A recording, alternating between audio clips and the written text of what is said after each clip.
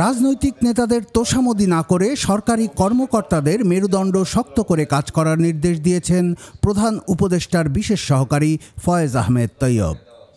2 মে শুক্রবার সকালে কুমিল্লা জেলা প্রশাসক কার্যালয়ের সম্মেলন কক্ষে জেলার উন্নয়ন পর্যালোচনা সভায় প্রধান অতিথির বক্তব্যে তিনি এসব কথা বলেন।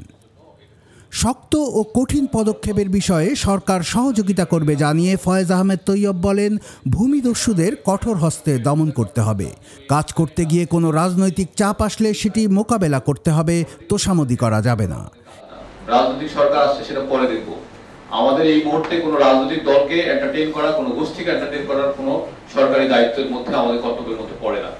সেই ক্ষেত্রে সরকারের দিক থেকে আপনাদের উপর কোনো প্রেশার আসবে না এবং আপনারাও রাজনৈতিক দলের পক্ষ থেকে কোনো প্রেশারকে এন্টারটেইন করবেন না।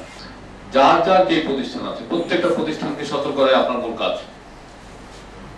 আপনার অফিসের ভিতরে কোনো রাজনৈতিক বা গোষ্ঠীগত পরিচয়কে আপনি এন্টারটেইন করবেন না এবং আপনি নিজেও অন্যকে এলাও করবেন না।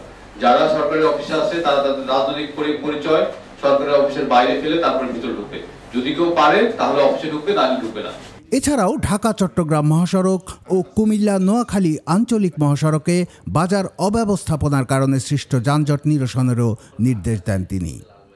পর্যালোচনা সভায় বিশেষ অতিথি ছিলেন জাতীয় ঐক্যমত্য কমিশনের সদস্য ডক্টর বদিউল আলম মজুমদার। সভা শেষে সাংবাদিকদের প্রশ্নের জবাব দেন ডক্টর বদিউল আলম মজুমদার। এ সময় তিনি বলেন, নির্বাচনের আগে গুরুত্বপূর্ণ সংস্কারের মাধ্যমে পুরানো কাঠামো পরিবর্তন করা না গেলে আবারও স্বৈরাচার ফিরবে। রাজনৈতিক দলগুলোর সাথে আলাপ আলোচনা করে মতপার্থক্য দূর করে একটি জাতীয় সনদ প্রণয়নের চেষ্টা চলছে, যার মাধ্যমে একটি সুষ্ঠু ও নিরপেক্ষ নির্বাচনের পথ সুগম হবে।